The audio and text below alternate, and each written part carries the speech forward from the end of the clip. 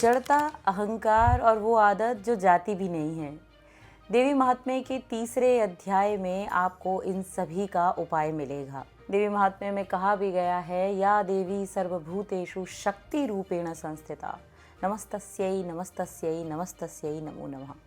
हम सभी के अंदर देवी रूपी शक्ति विद्यमान है और महिषासुर का वास्तविक अर्थ क्या है उसको हम इस वीडियो में जानेंगे। तीसरे अध्याय में युद्ध का मैदान और बीच में एक स्त्री, सिंह पर सवार, आंखों में न भय न घृणा न डर, केवल शांत और दीप्त क्रोध। यह है देवी दुर्गा का तीसरा अध्याय, जहां पर आपको केवल और केवल कोई पौराणिक कहानी प्राप्त नहीं होती है, अपितु आपके भीतर जो कंटिन्यू युद्ध चल रहा है, हम जो रोज भावनाओं से लड़ते हैं, कमजोरियों से लड़ते हैं और अपने अहंकार से लड़ते हैं, वही युद्ध हमें तीसरे अध्याय में देखने को प्राप्त होता है। तो कहानी शुरू होती है जब महिषासुर और उसके सेनापतियों को पता चलता है कि देवी नामक एक शक्ति है और वो बहुत शक्तिशाली है। तो सारे जो दैत्यगण हैं वो इकट्ठे होकर देवी से लड़ने के लिए आ जाते हैं। अब सीधी सी बात है कि महिषासुर स्वयं तो पहले आकर लड़ेगा नहीं, मतलब कि जो हमारा मन रूपी, अहंकार रूपी, घमंड रूपी महिषासुर है वो कभी भी अपने आप को किसी भी सिचुएशन में लोगों के सामने नहीं रखता। तो सबसे पहले आता है उस महिषासुर का सेनापति चिक्षुर। चिक्षुर शब्द जो है इसका अर्थ होता है संस्कृत में जो तीव्र गति का हो, जो रुक ना सके, जो बेचैन हो। सोचिए आपके जीवन में जब भी कोई गहरी तकलीफ होती है, क्या वो खुद सामने आती है? उससे पहले क्या आता है? उससे पहले आता है बेचैनी, घबराहट, जल्दबाजी, इम्पल्सिवनेस। बस यही इम्पल्सिवनेस जो है वो चिक्षुर है। और अगर आप दुर्गा सप्तशती के तीसरे अध्याय में देखेंगे तो आप पाएंगे कि महिषासुर के बाद सबसे ज़्यादा जो स्ट्रॉन्ग फाइट, जो बहुत ही स्ट्रॉन्ग लड़ाई दुर्गा सप्तशती में हम देखते हैं, वो लड़ाई चिक्षुर के साथ है। और ये चिक्षुर जो है वो आपकी असली समस्या नहीं है, मतलब आपकी असली प्रॉब्लम आपका इम्पल्सिव होना, आपका समस्याओं में बेचैन हो जाना या आपके अंदर जो घबराहट आती है वो नहीं है। सबसे असली समस्या जो है वो तो महिषासुर है, यानी कि आपका अपना ईगो। चिक्षुर सबसे पहले इसके साथ देवी क्या करती हैं? देवी सबसे पहले उसके घोड़े छीन लेती हैं, फिर उसके सारथी को नाश करती हैं। जब वो धनुष से देवी पर वार करता है तो उस धनुष को भी देवी समाप्त कर देती हैं। मतलब घोड़े से मतलब है देवी जो है वो यहाँ पर चिक्षुर की गति जो है उसको छीनती हैं। और जब बात आती है सारथी की, सारथी क्या करता है? डायरेक्शन बताता है, युद्ध में सही स्थान पर लेकर जाता है, बचाता है। देवी उसके सारथी को छीन लेती हैं। मतलब जो देवी रूपी शक्ति है, शक्ति जो है वो बेचैनी की गति या इम्पल्सिवनेस और उसकी जो दिशा, मतलब ऐसी दिशा जिस तरफ वो गलत दिशा में अगर मन जा रहा हो, उसको छीनती हैं। और उसके बाद उसका धनुष इत्यादि जो हथियार जिनसे वो वार करता है चिक्षुर, उसका नाश कर देती हैं। बस जब आपकी चेतना जागती है तो बेचैनी के पास दौड़ने के लिए कोई घोड़ा जो है वो देवी नहीं छोड़ती हैं। लेकिन आपका चिक्षुर जो है वो यहाँ पर भी नहीं रुकता है। इतनी बुरी हालत में भी वो तलवार उठाता है और सीधे देवी के मस्तिष्क पर वार करता है। दोस्तों ये बहुत बड़ी बात है, इस पल को आपको पहचानना चाहिए। ये पल जो है, ये जब रिएक्टिव माइंड हारने लगता है ना, तब वो आखिरी वार आपके सोचने समझने की क्षमता पे करता है। चाहे आप कितने भी पावरफुल हों, लेकिन जो रिएक्टिव ह्यूमंस हैं, रिएक्टिव माइंड है, जो बेचैनी है, इवन आपके अंदर भी जो बेचैनी है, वो आपकी सोचने समझने की जो शक्ति है उसका सबसे पहले नाश करती है। तुम सोच नहीं पाते, तुम डिसीजन नहीं ले पाते, तुम्हें ये भी नहीं पता चलता कि सही क्या है और गलत क्या है। और देवी क्या करती हैं? देवी के मस्तिष्क से जब चिक्षुर की तलवार लगती है वो क्षण भर में ही उसका नाश हो जाता है और देवी अपना शूल उठाती हैं। तथा शूलम समादाय देवी तमस्सुरोत्तमम जघान तेन चिक्षुरम त्रिभागम निर्दलीकृतम।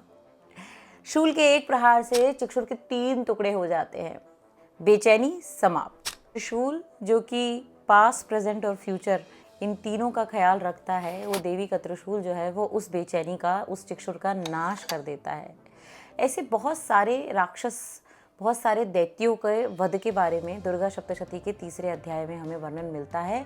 किसका वध देवी ने कैसे किया, उसके स्पष्ट वर्णन से हम काफ़ी कुछ सीख सकते हैं। जैसे मैं यहाँ पर कुछ स्पेसिफिक, कुछ मुख्य नाम लूँगी। जैसे पहला एक महादैत्य चामर नामक एक महादैत्य है। चामर शब्द मतलब कि जो दिखे कि वो सेवा कर रहा है, लेकिन भीतर से उसे शक्ति का भ्रम हो, और ये बड़ा अंधा बल है। ये बल वो है जिसमें चेतना नहीं है, केवल और केवल अंदर घमंड से भरा हुआ। और ये जो चामर है ना, वो हाथी पर सवार होकर आता है, और ये चामर जो शक्ति के भ्रम को पाले हुए सेवा दिखाता हुआ जब हाथी पर चलकर आता है, हाथी अगर किसी भ्रम में हो, हाथी स्वयं ही बहुत बड़ा होता है, हाथी शक्ति का भी प्रतीक है, लेकिन अगर शक्ति के ऊपर जो विराजमान उसका स्वामी है वो अगर दिखावे का प्रतीक हो, अगर वो भ्रम का प्रतीक हो, तो हाथी जो है वो जड़ता का प्रतीक हो जाता है। हाथी कहीं पर भी लेकर जाने लायक नहीं रहता है। और देवी का सिंह क्या करता है? वो छलांग लगाता है और सीधे हाथी के मस्तिष्क पर बैठता है। चेतना जड़ता से लड़ती नहीं है, वो उसके केंद्र पर जाकर बैठती है, और अंततः चामर के हाथी का सर शेर जो है उसको अलग कर देता है। अंधा अहंकार यहाँ पर समाप्त हो जाता है। देवी रूपी शक्ति जो है वो कैसे जड़ता का समापन करती है, या कैसे देवी का वाहन जो कि शक्ति का प्रतीक है। यहाँ पर देखने वाली बात यह है कि जब जंगल में शेर और हाथी इन दोनों का युद्ध होता है तो दोनों ही आपस में बराबर शक्तिशाली होते हैं, लेकिन आपके पास कितनी भी शक्ति हो, आपका स्वामी किस प्रकार का है, आपको किस तरीके की डायरेक्शन देता है, उससे भी आपके अंडर जो शक्ति है उसकी दिशा तय होती है। दूसरा दैत्य जो है वो है अंधक। अंधक जो है उसका मतलब है जो देख नहीं सकता। अंधक शब्द का मतलब है जो देख नहीं सकता, जिसमें अवेयरनेस की कमी हो, उसे अंधक कहा जाएगा। और अगर आप देखते हैं तो आई एम श्योर आप में से बहुत सारे लोग होंगे जो बहुत सारी चीज़ें रियल में देखने के बाद भी, ये रिश्ता टॉक्सिक है, ये इंसान टॉक्सिक है, ये आदत हानिकारक है, फिर भी आप उसको छोड़ नहीं पाते हैं। तो जो अंधक है उसमें अवेयरनेस की कमी है। देवी उसे अपने तीखे बाणों से मार देती हैं। जब देवी उसे अपने बाणों से मार रही हैं, बाण जो हैं अगर आप किसी को मारेंगे तो आप पाते हैं बाणों से मारने के लिए आपको फोकस चाहिए। बिना फोकस के आप बाण को अपनी जगह पे नहीं मार सकते। और अंधक क्या है? अवेयरनेस की कमी है। तो यहाँ पर जो देवी हैं वो अपनी उस कंसंट्रेशन की कमी को, उस दैत्य को तीखे बाणों के द्वारा भेदती हैं। उस भेदने में है कि एक पॉइंटेड कॉन्शियसनेस अवेयर जो है वो ये शक्ति जो है उसके द्वारा इस दैत्य का नाश करती है। और उसके बाद तीसरा एक बड़ा दैत्य जिसका नाम है दुर्मुख। दुर्मुख मतलब जिसका मुख बुरा हो, नाम शब्द से ही स्पष्ट होता है, जो हमेशा नकारात्मक हो, जो हमेशा ऐसे शब्द बोले जिससे कि सामने वाला हर्ट हो जाए। देवी इसे भी मारती है बाणों से, क्योंकि नकारात्मकता होती है ना, उसके लिए लंबा आर्ग्यूमेंट आपको नहीं चाहिए।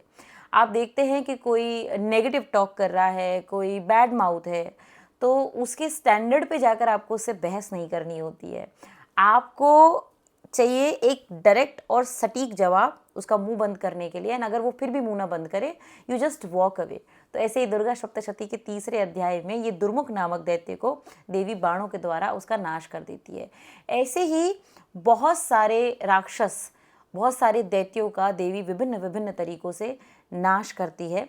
और हर जो अस्त्र आपको मैं यहाँ बता रही हूँ उसको अगर आप देखते हैं तो उन अस्त्रों का भी मतलब है, उन राक्षसों के नाम का भी कोई मतलब है। सो पौराणिक परंपरा जो है वो आने वाली जनरेशन को कैसे किस तरीके से जीवन में अच्छी चीज़ों की तरफ बढ़ाए उसको बहुत स्पष्ट रूप से रखती है। अब एक एक करके जब सारे राक्षस गिर जाते हैं, तब वो राक्षस जिसका नाम महिषासुर है, भैंसे का रूप धारण कर वो देवताओं को त्रास देने लगता है, कष्ट देने लगता है। दोस्तों, भैंसा ये सिंबल बड़ा गहरा है। भैंस जो है वो बेसिकली आप सभी जानते हैं कि अंधकार का या तमोगुण का प्रतीक है। मतलब भारीपन या सुस्त होना, या जो अंधेरे में रहना, या जो देखना नहीं चाहता, महसूस नहीं करना चाहता, बस वो है, उसकी एग्जिस्टेंस है। कभी कभी हम भैंस को काला अक्षर भैंस बराबर, और या फिर भैंस को हम मूर्खता से भी हम समझते हैं। मतलब एक ऐसी चीज़ जिसमें कॉन्शियसनेस नहीं है, अवेयरनेस नहीं है। अब जब देवताओं को त्रास देने के लिए अगर आप में कॉन्शियसनेस नहीं है, अवेयरनेस नहीं है, तो वही आपको त्रास दे सकती है। अगर आप बुरी से बुरी परिस्थितियों के लिए भी अवेयर हैं, आप जागरूक हैं, डेफिनेटली आप कुछ समय के लिए परेशान होंगे, डेफिनेटली आप कुछ समय के लिए दुखी होंगे, क्योंकि हम सभी मनुष्य हैं और हम चाहे कितने भी ज्ञानी हों, कितने भी प्रैक्टिकल हों, कितना भी लंबा जीवन जीकर आए हों, लेकिन चीज़ों से परेशान होना, हम मनुष्य क्योंकि 3 गुणों के बने हैं, सत्य, रजस और तमस, और त्रिगुणात्मक प्रकृति से बने होने के कारण हम मनुष्यों में ये तीनों प्रकार की जो क्वालिटीज़ हैं वो देखी जाती हैं। पर ये भैंसा आपके साथ क्या करता है? अगर ये जो भैंसा है या ये जो कॉन्शियसनेस की अवेयरनेस नहीं है, ये बाकी जो देवताओं को कैसे तंग करता है? तो ये जो भैंसा है वो किन्हीं को थुतुन से, किन्हीं को खुरों से, किन्हीं को पूंछ से, किन्हीं को सींगों से, और किन्हीं को वेग से, और किन्हीं किन्हीं को केवल अपनी आवाज़ से परेशान कर देता है। तमोगुण जो है ना, वो किसी एक तरीके से नहीं थकाता है।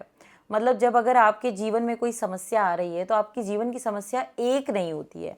हम सभी ने नोटिस किया होगा कि जब हमारे जीवन में समस्या आती है तो वो विभिन्न विभिन्न प्रकार की, चारों प्रकार से आती है। ऐसा लगता है जैसे समस्या जो है वो एक साथ आपके जीवन में आ गई है। बस यही महिषासुर है जो अपने अपने तमोगुण के साथ साथ अपने शरीर में विद्यमान सारे अंगों से देवगणों को, देवताओं को, गणों को त्रास देने लगता है।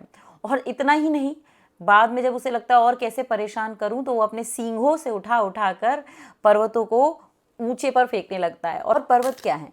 पर्वत हैं हमारे खुद की महत्वाकांक्षाएं, ये जो ऊंचाई है जहां हम पहुंचना चाहते हैं।